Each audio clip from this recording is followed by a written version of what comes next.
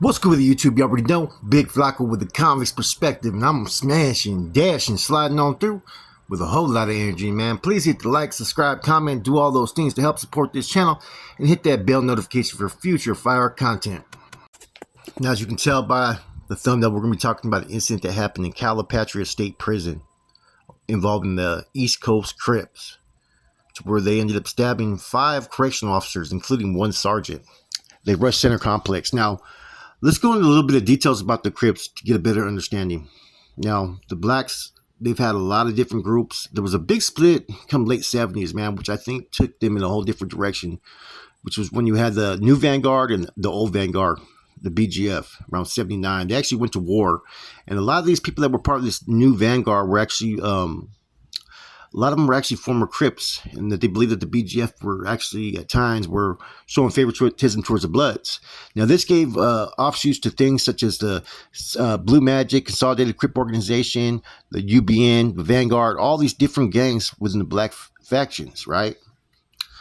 That ended up occurring. And so from 79 to like 85, it was really fucking treacherous amongst the black groups, man. They were going at it. The Crips were really going at it with the BGF for a long time, but yet they would sometimes unite against the Southerners and Mexican Mafia. Now, at this incident in 1995, okay, you may be wondering why just the East Coast Crips were the ones that did it. Because days before, an East Coast Crip was beaten by cops severely and hospitalized, pretty bad. This was retaliation for that. See, back then, in some prisons, especially down south where you probably have a lot of Crips and Bloods, right, but more so Crips, some of these groups get so deep that they have their own cars. And see, the Southsiders used to even have that sometimes, where they have their own Southside car, the Orange County car, the LA car, all these groups like that. So it wouldn't be uncommon for, like, my first prison where I seen people, we had the Sac Bloods, we had the LA Crips that had their own stuff, and Kumi Cats. Those were the 3 biggest groups. Now, unless the groups aren't too big, then maybe they click together as all Crips together and all Bloods. But it's very common to see back then groups that were pretty much just fucking running with their own gangs on the yard. And basically what ends up happening is when your homeboy has some issues and has to go, you deal with it. When your homeboy has a problem, especially with correctional staff, a lot of times their own gang's going to deal with it. And see, that's how everything fucking, was dealt with back then. So the East Coast Crips went in there and they took care of business, man. For whatever reason, they retaliated the way they best knew. Center Complex is really like the main quarters where all like the head lieutenants and sergeants and captains are at, where they're doing paperwork and, getting ready for their meetings and whatnot, right? ICC, everything. And so, in doing this took a lot of balls, man. I mean, this is the last time I think that there was really a big riot of this magnitude. I don't remember. I know there was one in Pelican Bay when people were drunk and it escalated, but this was way worse. I mean, there was 5 guards and 8 guards total that were injured and 5 that were stabbed. Okay. Now, what do you think happened with these inmates? Okay. The Green Wall took full effect. Now, at that time, Correctional was one of the most corrupt prisons that was in the system, right? This happened in 95, like I said, the Calipatria. I think they were there for at least maybe a year, maybe until 97. Eventually, they all got transferred to Corcoran. Now, Corcoran, I'm going to tell you something about them back then. They had yet to be under investigation. They had a lot of fucking correctional officers that were fucking corrupt, and they would do some faulty shit to you, man. When you get off the bus, what they do is they have the IGI gang coordinators and the fucking task right there, right? They make you look up, and they say, if you fucking move, we're going to break your neck. And they take off your waist chains. Now, of course, these guys were getting beat because I think this was the only bus, if I'm not mistaken, don't quote me, I'm almost positive of this, right? I think the Crips were taken on that bus to that prison by themselves. Or they let off the inmates before and brought the Crips into the chute as the last inmates arriving on the bus. They were getting beat on the bus. One inmate got his head rattled and broke a window to a bus. Like I said, they did all kinds of things. Then they took them into the rooms, which is probably where the visiting rooms, made them all lay down, like 24 of them, and started to pull on their chains and pull their heads back and hold their chains and started to shave their heads. This was retaliation for what happened in Calipatria. Corcoran Shoe made it clear this is what they were doing. And see, from there they had nothing coming. Nothing. And see, Corcoran had such a corrupt base of correction officers at that time, that even if you were a CO that just wanted to do your job, you had to play by the rules, right? So, like I said, this incident that happened, and like I said, out of all the groups, right, the Crips have been known to be probably the most aggressive when it comes to getting off on correction officers out of all the groups. They've always been with that action, man. I don't know if it's because their numbers are so big, so you hear about more incidents with Crips, but they are definitely with the action, man. I've known a few cats like, Seville Villain from Compton. Shouts out to him. I think he's still doing life. He became a JAMA, but he was still cripping back in the days. You know what I mean? These dudes had that mentality, like, fuck the cops, and they didn't care, what consequences. They didn't care about catching a shoe term. They didn't care about none of that, man. So these East Coast Crips, man, they were with it, man. They backed their homeboy to the fullest, man. And see, that's how a lot of incidents have happened in prison, right? Outside of just these correction officers, but just with other inmates. A lot of times, homeboys are going to back up their homeboy.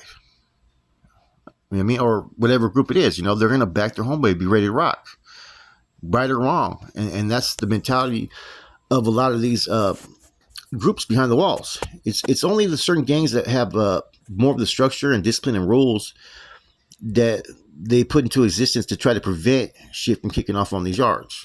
Whereas these other groups, man, they kind of rock on their own. They have their own little, governing body almost, own rules. As long as people don't get out of line, there's no issues.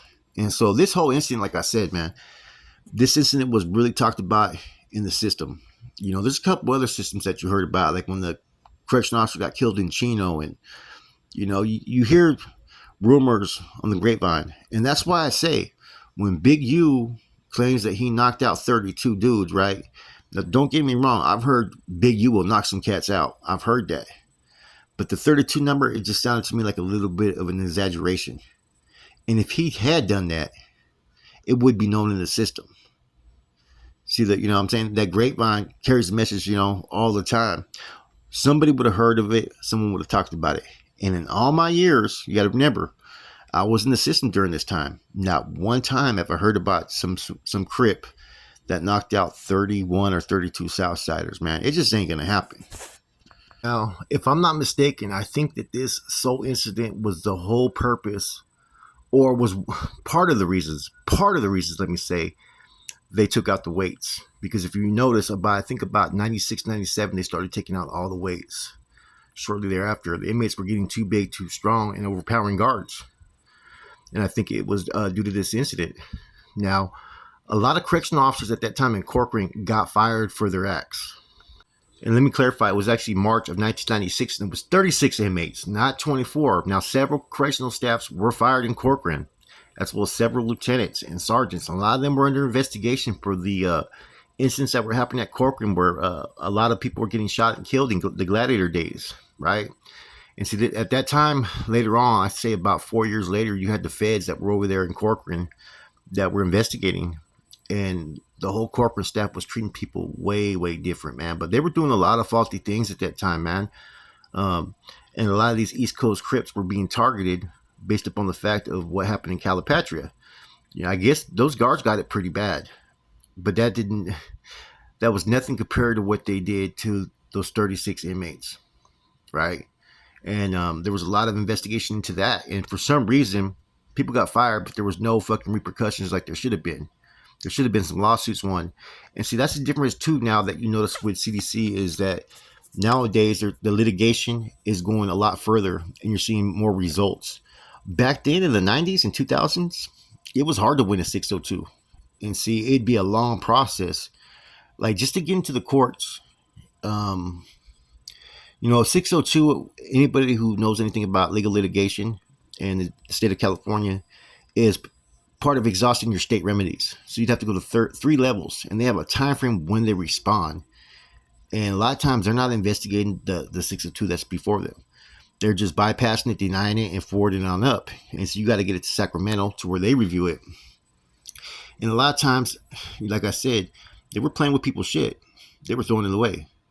So there was no, see, a lot of times people wanted to go into the federal courts to fight cases, right? But the staff would fucking play games. It'd take you 2 years to 4 years to exhaust your state remedies, and they would make excuses that the 602 was lost and so forth. So it was always important that you had copies, right? Because you couldn't go into federal court directly without going through the proper procedure. And see, that's the unfortunate thing about pushing paper in the system, is that the people who receive this paper are other guards. And if they want, anytime they want, they could just throw your shit away, fucking pass it on to the next person, prolong it. And that's what they used to do. I mean, I had a lot of fucking 602s in. And so if you try to file in the federal courts, which you get more results, and which is a lot of times what an inmate wants to do, because they're going to see things for what they are. They're going to, present all the oversights of the investigations that they have, and you're going to maybe have a chance to get the results you want. But in order to get there, you got to go through a long fucking process, and that was the game that CDC was playing, man, at the time. Was, with our 602s, our appeal process. And nowadays people have a lot more access. They have now they have cameras on some of the correctional officers, to which a lot of correctional officers wanted to quit their jobs based upon that. Because there's a lot of stuff that goes on, man, that we already know that shouldn't be going on. There's a lot of fucking, if you're not really aligned with a group, right?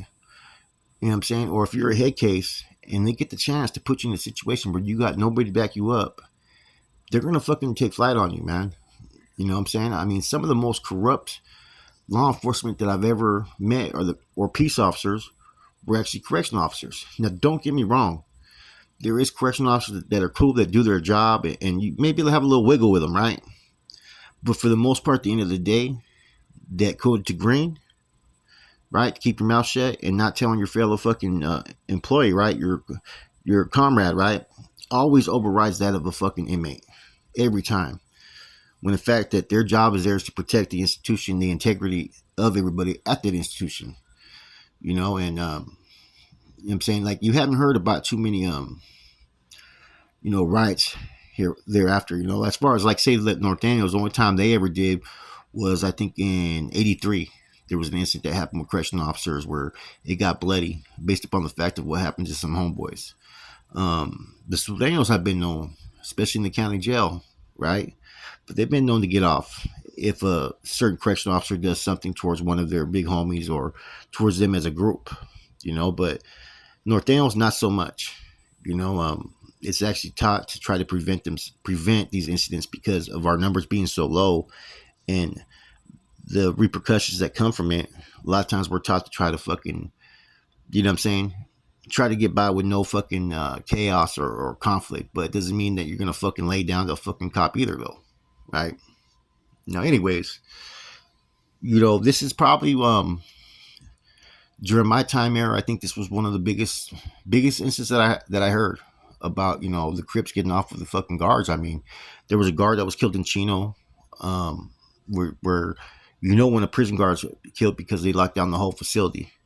There's been inmates killed at locations I've been and whatnot, and there's been fights with correctional officers, man. I mean, cell extractions. I mean, all kinds of crazy shit happens in prison. But this one right here, man, fucking, it's really scared Sacramento, because this was almost like how you say, the New Mexico situation where they fucking took over and took hostages and shit. They tried to rush Center Complex, man. That shit could have got fucking real quick. If they would have had other inmates that were joining them in their plight, it would have been fucking over. You know what I'm saying? But this was just the East Coast Crips that were involved. And if I'm not mistaken, I think it was only 5, maybe it was 5 or 8 that actually partook in this. So for it to only be that many, you know what I'm saying? Hey, they did some damage, man. That's why, people got to remember, you know what I'm saying? Like, at the end of the day, we're all men. Just like these correctional officers that go to fucking do their 9 to 5 or 12 hours, whatever they're doing. They got to remember, they get to go home at night. There's those that are there behind the walls. That's their home. This is where they got to live. And if you're making it fucking so uncomfortable for them, you know what I'm saying? If you're fucking disrespecting them, and if you're even fucking hurting one of their own, you're going to have to answer for that eventually. With that said, man, I hope you guys enjoyed this. This is your boy Flacco, Convict's Perspective. I'm gone. Oh, yeah, there was an incident I remember in Santa Clara County Jail in 1997. There was a particular, black dude that was disrespecting, a homeboy, the carnales that were there previously, silencing him. And then there was another black dude that was rocking with the homeboys pretty tight. They decided to try to rush a correctional officer, right? And they actually took his took his keys. This was in Santa Clara County Jail. I think it was in North Max. Took his keys to open the door to get this other dude. You know what I'm saying? They ended up attacking him. They tried to kill the dude, man. But in the process, they had to fucking attack a correctional officer, man. That's probably a story I'm going to probably go into, because I remember the homeboy that got at me about that there was a particular dude that they wanted, and that there was insurance behind it, and they wanted me to pass that information to the 4th floor. This is when I was a kid, just learning the ropes, man. But anyways, once again, this is Flacco Convict's Perspective. I'm gone.